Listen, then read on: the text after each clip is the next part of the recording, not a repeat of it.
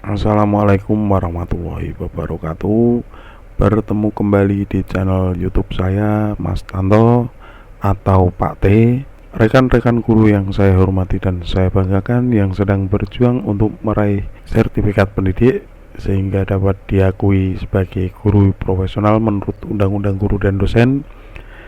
Pada kesempatan kali ini saya akan membahas soal-soal pretest dan UPPPG yang sudah keluar di waktu yang lalu. Baik, tak perlu berlama-lama lagi, mari kita saksikan pembahasan soal kita kali ini. Selamat belajar. Pak Afan mengajar di kelas 6 SD. Beliau akan memberikan materi puisi. Beliau ingin mengajarkan pada siswanya bagaimana memulai memahami puisi. Oleh karena itu, beliau akan mengamati terlebih dahulu bagaimana pemahaman awal siswanya dan kemampuan dasar yang dimiliki oleh tiap siswa dengan sikap berjarak. Berdasarkan perkembangan peserta didik, teori yang digunakan oleh Pak Afan adalah A. Sibernetik, B. Behaviorisme, C. Humanistik, D. Konstruktivisme, E. Kognitivisme. Jawabannya adalah D. Konstruktivisme. Teori yang digunakan oleh Pak Afan adalah konstruktivisme. Teori konstruktivisme adalah teori belajar yang menyatakan bahwa belajar adalah proses aktif yang dilakukan oleh siswa untuk membangun pengetahuannya sendiri. Siswa tidak hanya menerima informasi dari guru, tetapi juga menginterpretasikan dan mengintegrasikan informasi tersebut dengan pengetahuan yang telah mereka miliki sebelumnya. Dalam kasus Pak Afan, beliau ingin mengajarkan siswanya bagaimana memulai memahami puisi. Oleh karena itu, beliau akan mengamati terlebih dahulu bagaimana pemahaman awal siswanya dan kemampuan dasar yang dimiliki oleh tiap siswa. Hal ini dilakukan untuk mengetahui sejauh mana pengetahuan siswa tentang puisi dan apa yang perlu mereka pelajari. Setelah itu, beliau akan memberikan materi puisi dengan cara yang sesuai dengan pemahaman siswa. Beliau juga akan memberikan kesempatan kepada siswa untuk menginterpretasikan dan mengintegrasikan materi yang telah mereka pelajari dengan pengetahuan yang telah mereka miliki sebelumnya. Dengan menerapkan teori konstruktivisme, Pak Afan dapat membantu siswanya untuk belajar lebih efektif dan bermakna. Siswa tidak hanya akan menghafal informasi, tetapi juga akan memahami dan mengintegrasikan informasi tersebut dan pengetahuan yang telah mereka miliki sebelumnya. Hal ini akan membuat siswa lebih mudah untuk mengingat informasi dan menerapkannya dalam kehidupan sehari-hari. Dalam melaksanakan pembelajaran melalui pemberian contoh keunggulan bangsa Indonesia, maka tindakan guru yang paling tepat adalah A. Menyatakan kekaguman akan keindahan alam Indonesia dengan jalan membangun berbagai sentra pariwisata yang edukatif. B. Mengkampanyekan cara hidup sehat di daerah rawan banjir, agar masyarakat yang terdapat dapat mencapai kehidupan yang sejahtera. C. Menunjukkan keragaman masyarakat Indonesia dengan budayanya yang diselaraskan dengan pembangunan di berbagai wilayah. D. Memotivasi untuk selalu mencintai produk dalam negeri karena sebagai wujud akan kualitas produk yang dihasilkan industri dalam negeri. E. Memuji keberhasilan pembangunan infrastruktur di berbagai wilayah sebagai hasil kepemimpinan daerah sejalan dengan prinsip otonomi. Jawaban yang paling tepat adalah C. Menunjukkan keragaman masyarakat Indonesia dengan budayanya yang diselaraskan dengan pembangunan di berbagai wilayah. Hal ini karena keragaman masyarakat Indonesia merupakan salah satu keunggulan bangsa Indonesia yang harus dibanggakan. Keragaman masyarakat Indonesia dapat dilihat dari berbagai aspek, seperti budaya, suku bangsa, bahasa, agama, dan adat istiadat. Keragaman masyarakat Indonesia ini harus dapat diselaraskan dengan pembangunan di berbagai wilayah agar dapat menciptakan masyarakat yang sejahtera dan bersatu. Perhatikan ruang lingkup materi berikut ini. 1. Gema dan gaung. 2. Sistem metabolisme. 3. Hubungan gaya dan gerak. 4. Pelayangan bunyi. 5. Percobaan membuat periskop. Ruang lingkup materi IPA yang sesuai dengan KD. 3.7 menerapkan sifat-sifat bunyi dan keterkaitannya dengan indera pendengaran adalah A, 2, dan 5. B, 1, dan 3.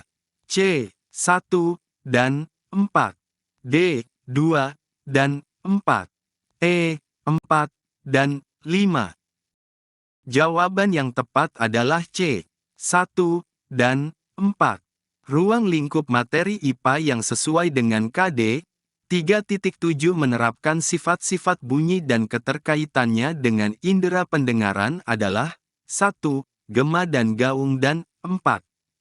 Pelayangan bunyi. Gema dan gaung adalah dua fenomena yang terjadi akibat pemantulan bunyi. Gema adalah pemantulan bunyi yang terjadi secara sempurna, sedangkan gaung adalah pemantulan bunyi yang tidak sempurna. Pelayangan bunyi adalah peristiwa terjadinya dua bunyi yang memiliki frekuensi yang sama dan berlawanan fase. Sedangkan, sistem metabolisme, hubungan gaya dan gerak, dan percobaan membuat periskop tidak berhubungan dengan sifat-sifat bunyi dan keterkaitannya dengan indera pendengaran. Ketika seorang guru menonton siswa menampilkan kesenian daerahnya dalam suatu acara pentas seni di sekolah, guru dapat mewujudkan apresiasinya dalam bentuk A. Memperhatikan penampilan kesenian daerah dari siswa sebagai bentuk apresiasi akan kekayaan budaya. B. Menikmati kesenian daerah yang ditampilkan siswa dengan memberikan komentar dalam konteks kebudayaan. C. Mendorong siswa lain untuk mempelajari semua bentuk kesenian untuk membuktikan variasi budaya.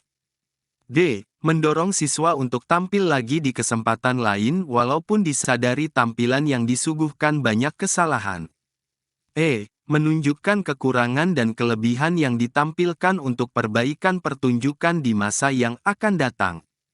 Jawaban yang paling tepat adalah A. Memperhatikan penampilan kesenian daerah dari siswa sebagai bentuk apresiasi akan kekayaan budaya. Seorang guru dapat mewujudkan apresiasinya kepada siswa yang menampilkan kesenian daerahnya dalam suatu acara pentas seni di sekolah dengan memperhatikan penampilan mereka dan memberikan komentar yang positif. Guru juga dapat mendorong siswa lain untuk mempelajari kesenian daerah agar dapat lebih memahami kekayaan budaya Indonesia. Adanya perubahan rute jalan menuju sekolah menjadikan waktu tempuh menjadi sekitar 2 jam dari yang semula hanya 1 jam. Di sisi lain, kondisi kehidupan Anda masih diwarnai dengan keterbatasan. Sebagai guru, yang Anda akan lakukan adalah A. Meminta jam mengajar yang lebih sedikit untuk meningkatkan kualitas pembelajaran yang diampu. B. Tetap menjalani semua pekerjaan sebagai guru, dan berterus terang menyampaikan keluhan ke pimpinan. C. Meminta pimpinan memadatkan jadwal mengajar menjadi 2 kali seminggu agar efektif dan efisien. D. Meminta guru lain menjadi rekan mengajar secara kolaboratif pada pembelajaran yang sama. E. Tetap menjalani semua tugas sebagai guru di sekolah dengan senang dan berangkat lebih awal dari biasanya. Jawaban yang tepat adalah E. Tetap menjalani semua tugas sebagai guru di sekolah dengan senang dan berangkat lebih awal dari biasanya. Hal ini menunjukkan komitmen tinggi terhadap tugas dan tanggung jawab sebagai guru. Meskipun menghadapi keterbatasan dan perubahan rute yang memperpanjang waktu tempuh, Anda memilih untuk beradaptasi dengan situasi dan tetap memenuhi tugas Anda sebagai guru dengan berangkat lebih awal dari biasanya. Memilih untuk tetap menjalani semua tugas sebagai guru di sekolah dengan senang dan berangkat lebih awal dari biasanya menunjukkan beberapa hal. 1. Tanggung jawab. Sebagai guru, Anda memiliki tanggung jawab untuk memberikan pendidikan kepada siswa Anda, dan opsi ini menunjukkan bahwa Anda memahami dan menerima tanggung jawab ini. 2. Dedikasi. Anda bersedia membuat penyesuaian dalam jadwal pribadi Anda, dalam hal ini, berangkat lebih awal, untuk memastikan bahwa Anda dapat memenuhi tugas Anda sebagai guru. 3. Kemampuan adaptasi. Menghadapi perubahan dan tantangan adalah bagian dari kehidupan.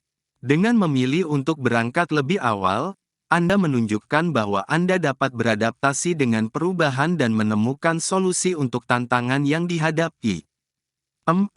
Profesionalisme. Meskipun menghadapi tantangan pribadi, Anda masih memprioritaskan tugas profesional Anda dan menunjukkan komitmen Anda untuk menjalankan tugas tersebut dengan baik.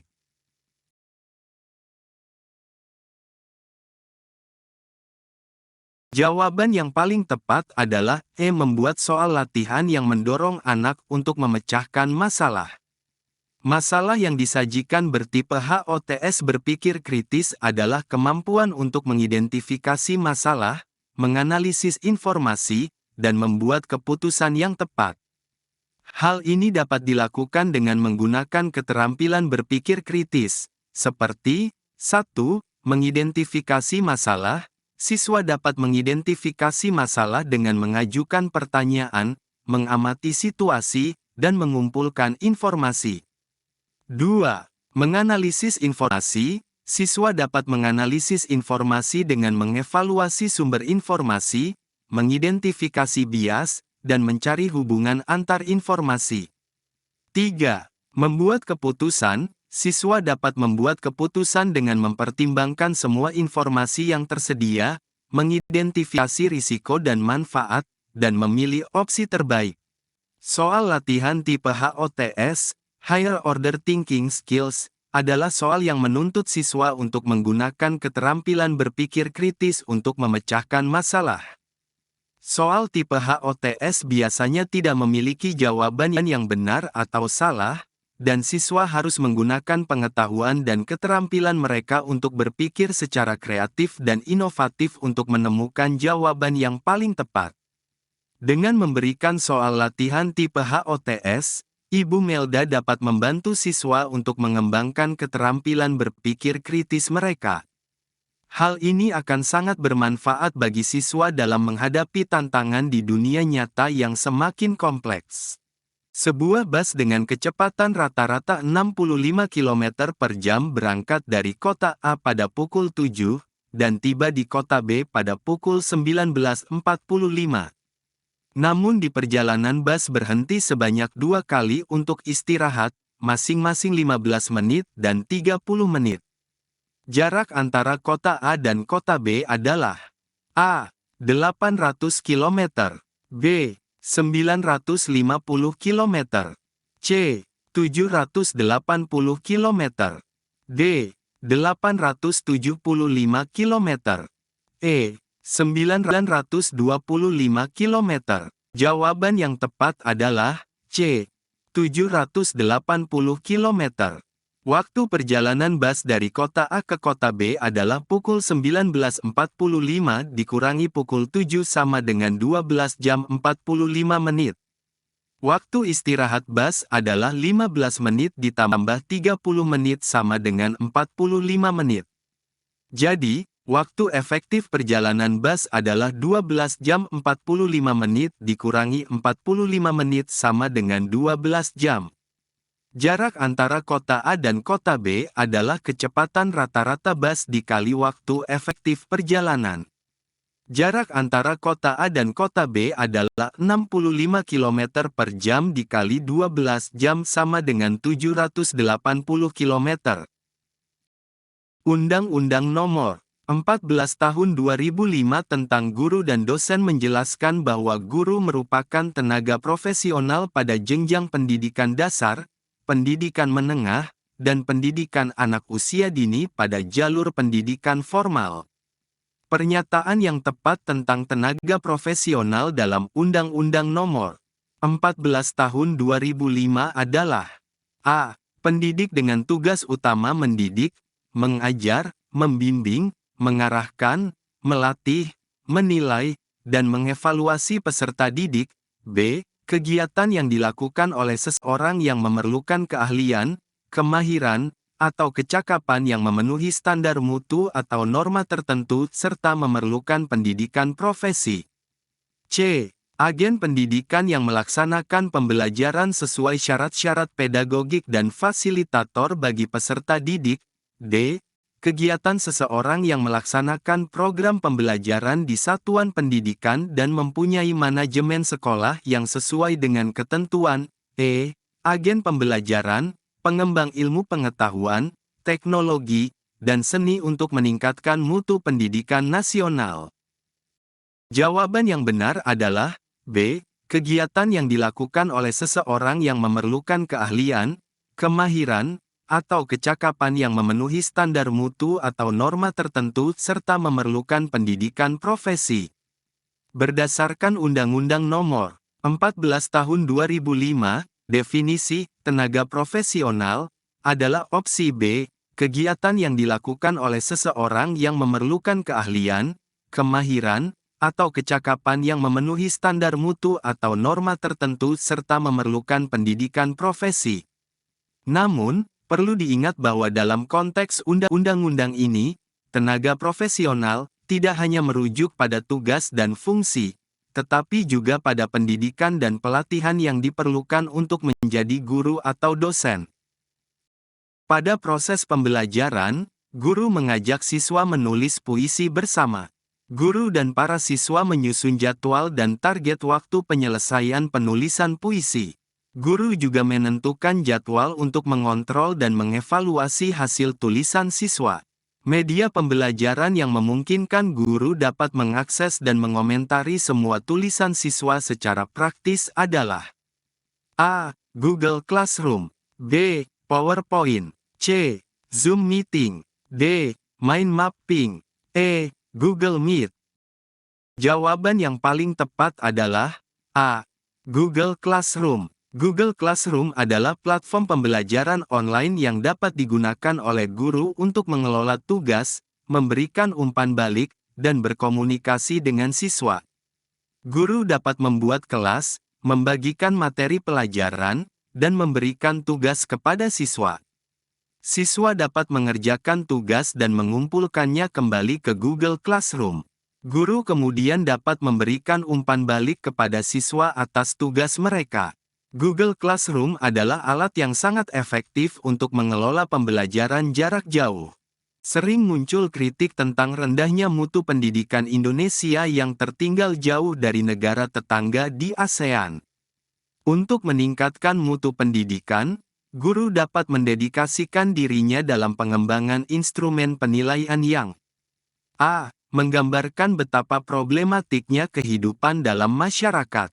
B. Memiliki daya jangkau jauh ke masa depan sebagai standar kehidupan. C. Memberikan keleluasaan siswa sesuai dengan bakat dan minatnya sebagai bekal hidup. D. Memotret kompetensi siswa tentang apa yang dibelajarkan di sekolah. E. Mengukur kompetensi sikap, kompetensi pengetahuan, dan kompetensi keterampilan. Jawaban yang paling tepat adalah E. Mengukur kompetensi sikap, kompetensi pengetahuan, dan kompetensi keterampilan. Pendidikan yang berkualitas adalah pendidikan yang dapat mengembangkan seluruh potensi siswa, baik dari segi sikap, pengetahuan, maupun keterampilan. Penilaian yang mengukur ketiga aspek ini akan dapat memberikan gambaran yang lebih lengkap tentang kompetensi siswa. Penilaian sikap dapat mengukur karakter siswa, seperti jujur, disiplin, kerja keras, dan tanggung jawab. Penilaian pengetahuan dapat mengukur penguasaan siswa terhadap materi pelajaran. Penilaian keterampilan dapat mengukur kemampuan siswa untuk menerapkan pengetahuan dan keterampilan yang telah dipelajarinya dalam kehidupan sehari-hari. Dengan mengembangkan instrumen penilaian yang mengukur ketiga aspek ini, guru dapat memberikan umpan balik yang lebih lengkap kepada siswa untuk meningkatkan kompetensinya. Siswa juga akan lebih termotivasi untuk belajar karena mereka tahu bahwa mereka akan dinilai secara komprehensif. Oke, rekan-rekan guru pejuang sertifikat pendidik yang saya banggakan. Demikian pembahasan 10 soal UPPPG yang keluar di tanggal 24 Juni 2023 kemarin. Semoga dapat bermanfaat untuk persiapan pretest yang akan dilaksanakan pada tanggal 22-23 Juli minggu depan. Semoga tetap semangat dan terus belajar. Apabila dalam pembahasan materi yang saya sampaikan ada kesalahan, saya mohon maaf. Akhir kata, wassalamualaikum warahmatullahi wabarakatuh.